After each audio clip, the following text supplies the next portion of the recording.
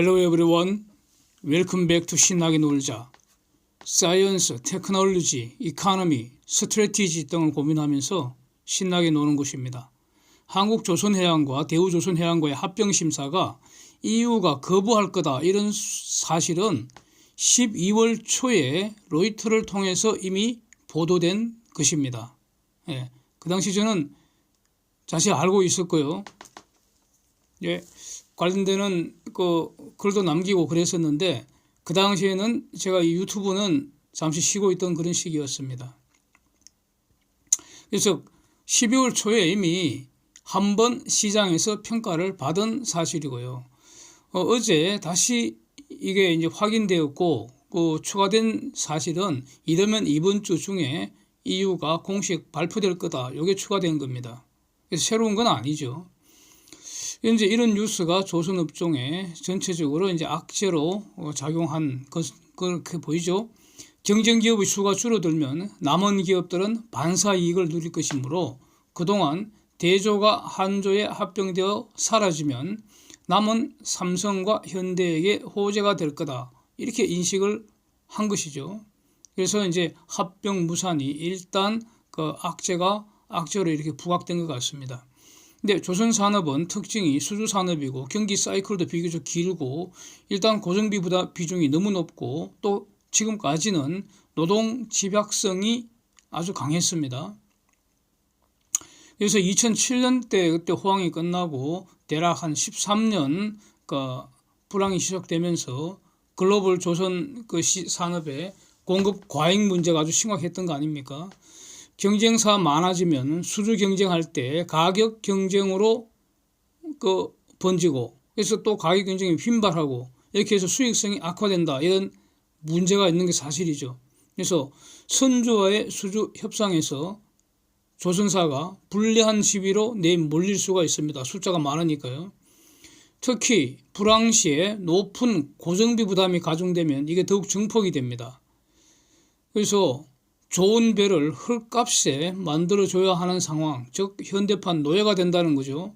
조선사들이 선주들에게 사냥을 당할 수 있는 그런 지위로 추락하게 되니까 이런 판단에서 조선업 구조조정 문제가 대두된 것이고 이거는 뭐 한국만의 상황이 아니고 그 당시 글로벌 화두였지 않습니까?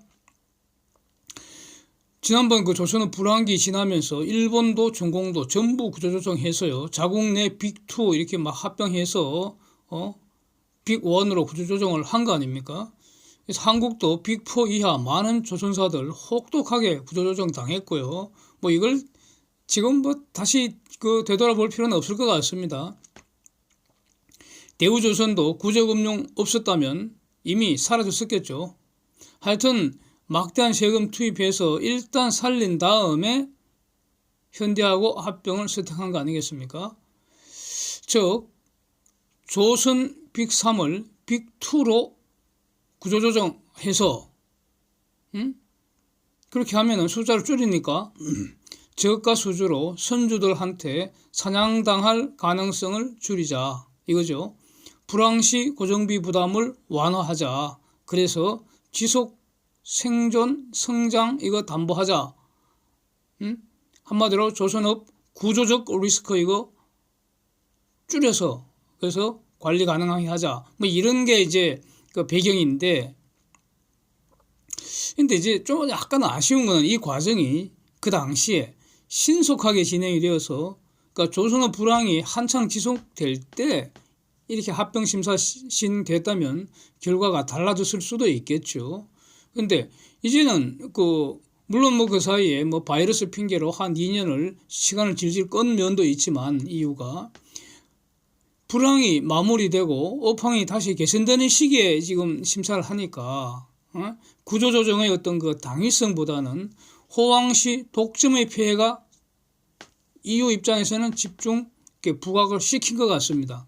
특히 LNG 선박 부문에서는 유럽 선주들이 이제는 한국 조선사한테서 사냥을 당할 위협을 느낀 거 아닌가.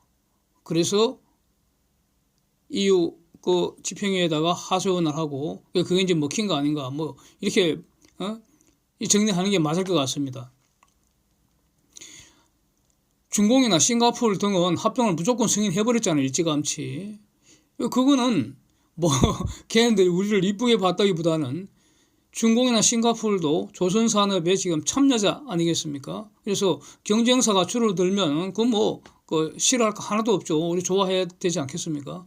일본도 같은 입장이어서 EU가 승인하면 일본도 승인이 기대되는 그런 상황인데 EU는 특히 가스 운반선이나 가스 추진선 지금의 가장 첨단 부가가치 요 분야에서 한국이 절대적 우위를 가지고 있기 때문에 EU에서는 여기 참여할 조선소가 전혀 없습니다. 즉 이대로 승인해버리면은 EU에 있는 선주들이 자신들이 이제는 거꾸로 사냥당할 위협을 강하게 느낀 거 아닌가. 그래서 한마디로 EU 선주들 이익을 위해서 합병 불승인 이 결과 가져온 거 아닌가. 표면적으로는 EU 전체 소비자 이익을 위했다고 이제 이렇게 발표를 하는 것이고요. 그래서 그렇게 보입니다. 현재 글로벌 조선업계에서 한국 조선산업의 힘을 지금 확인해 준 사건 아닌가. 이렇게 우리는 적극적으로 보는 게 낫지 않을까 싶습니다. 한국이 별 볼 일 없으면 합병되든가 말든가 신경도 안 쓰겠죠. 이제는 한국이 무섭다는 거죠. 특히 이제 우리는 조선산업에 집중해서 볼 때 그걸 확인한 거 아닌가. 이렇게 해석할 수 있겠습니다. 지금 상황은 합병을 추진하던 2019년과는 지금 완전히 다르죠. 180도 달라졌습니다. 10년 이상 이렇게 13년까지 이렇게 지속되던 지독한 불황이 이제 지나갔고요. 대호황이 지금 진행 중입니다. 그리고 현재로서는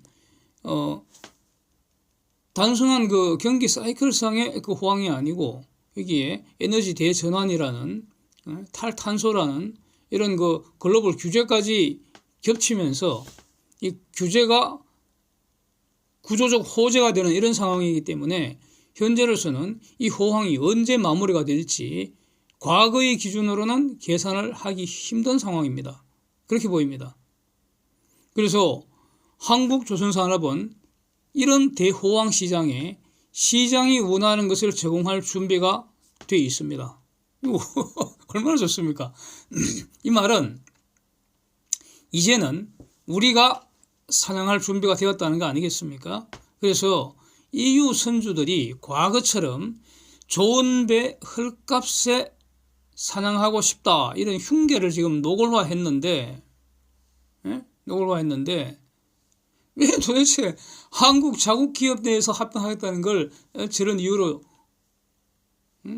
반대하느냐 이거죠. 승인하지 않느냐 이거죠. 기분 나쁘지 않습니까? 그래서 결국 그거는 까고 보면은 EU 선주들이 옛날처럼 좋은 배 헐값에 사냥하고 하겠다 이 흉계를 드러낸 거에 불과하다 이거죠.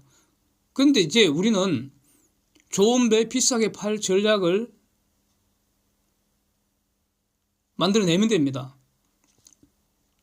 우리 지금 한국 조선사들이 EU 선주들을 사냥할 전략을 수립하면 되겠다 이런 뜻입니다.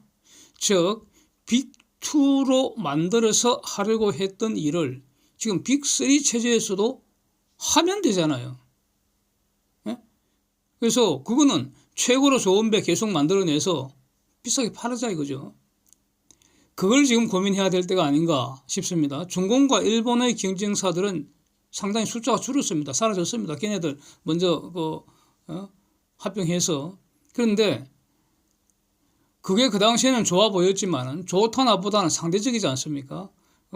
불황시에는 그게 좋았겠지만 지금 호황시에는 상황이 달라졌으니까 오히려 빅3가 숫자가 많아져서 즉 한국은 결과적으로 살아남았으니까 호황에 살아남은 이점을 극대화시킬 그런 전략들을 지금 고민을 해야 되지 않을까 싶습니다.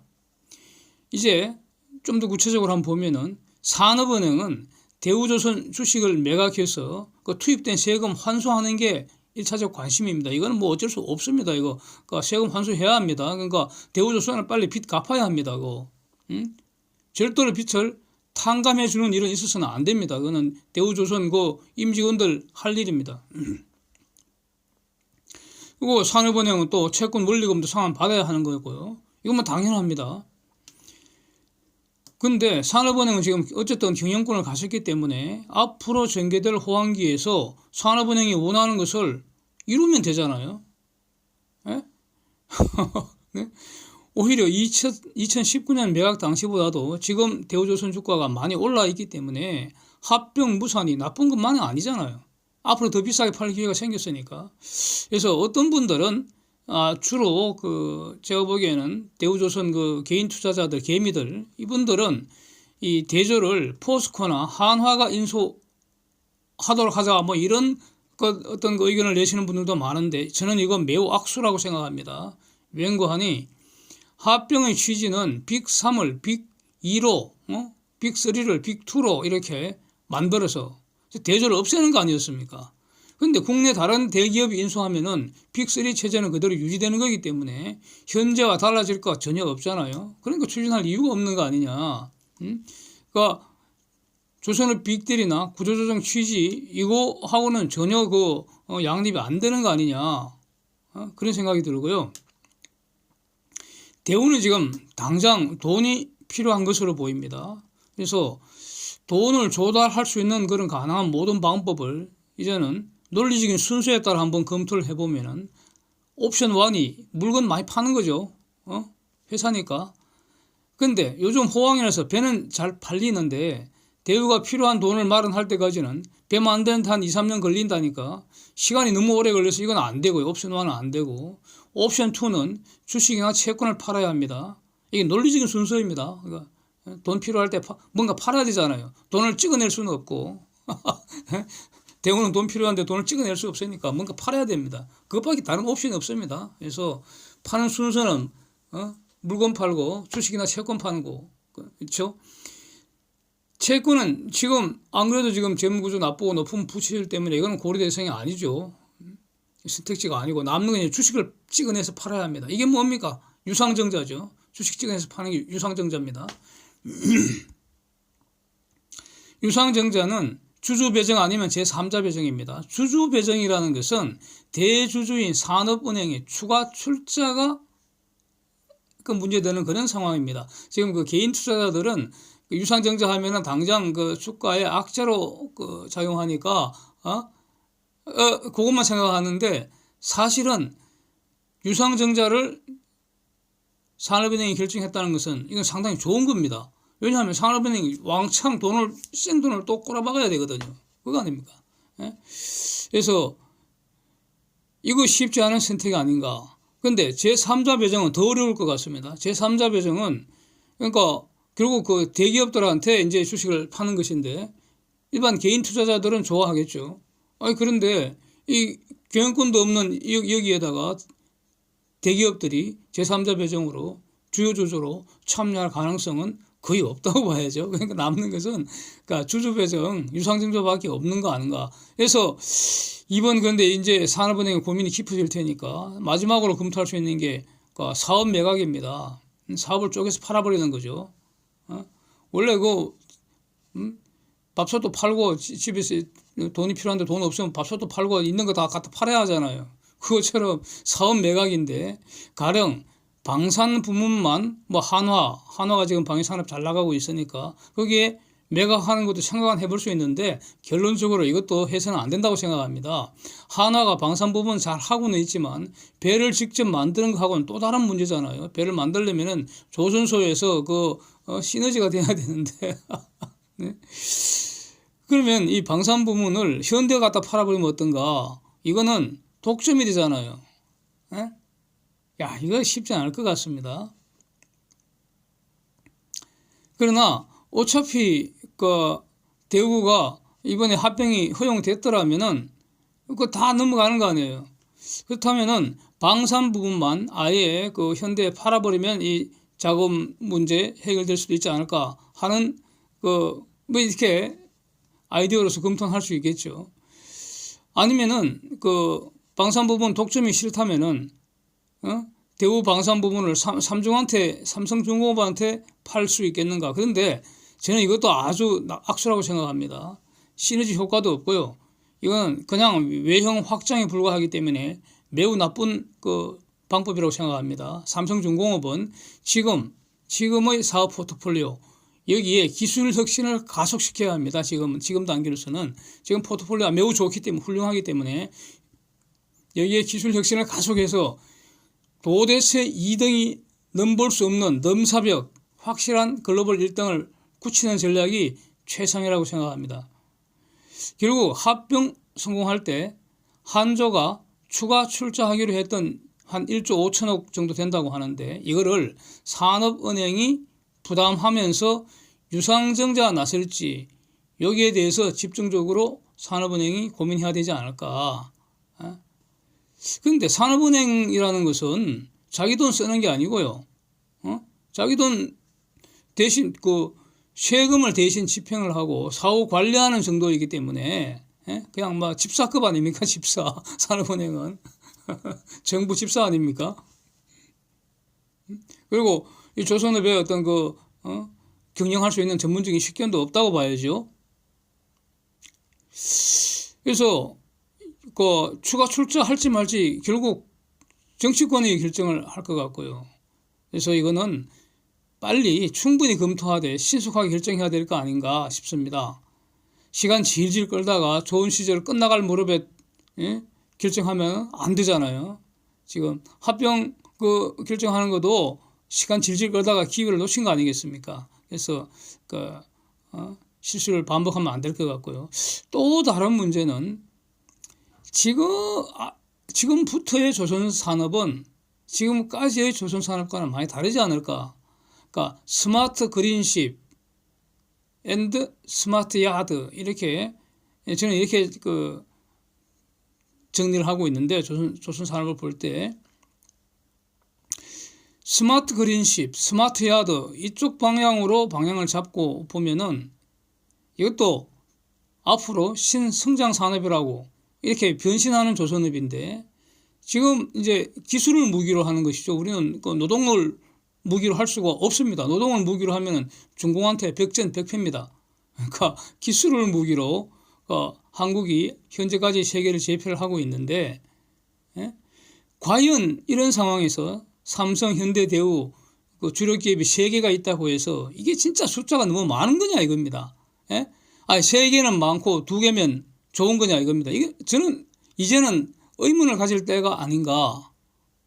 그러니까 3개도 많지 않다라고 발상의 전환을 하고 빅2가 하려고 했던 전략을 빅3에서 더 잘 수행하도록 하겠다. 이런 자세 변환이 필요하지 않을까 이렇게 생각합니다.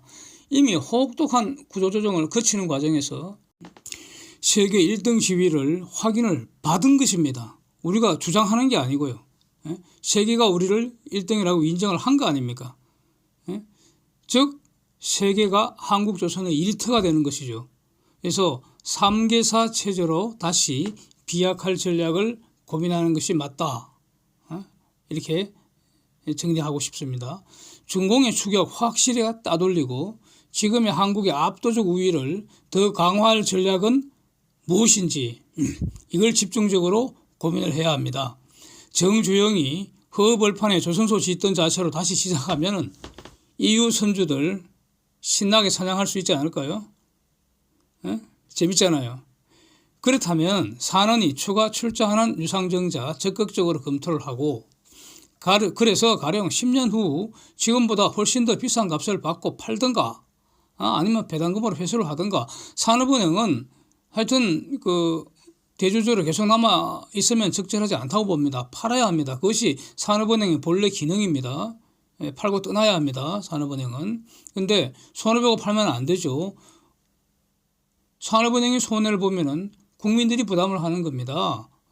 그래서 산업은행이 제값받고 떠난다는 것은 세금을 환수하는 것이기 때문에 반드시 산업은행이 성공을 해야 합니다. 또 그래서 대우에는 2가지 조건이 필요하지 않을까 싶습니다.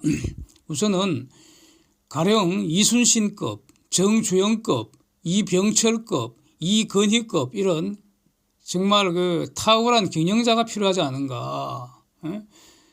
결국 산업 체제는 당분간 지속될 거기 때문에 그 경영자는 오너가 아닌 전문 경영인이 될 텐데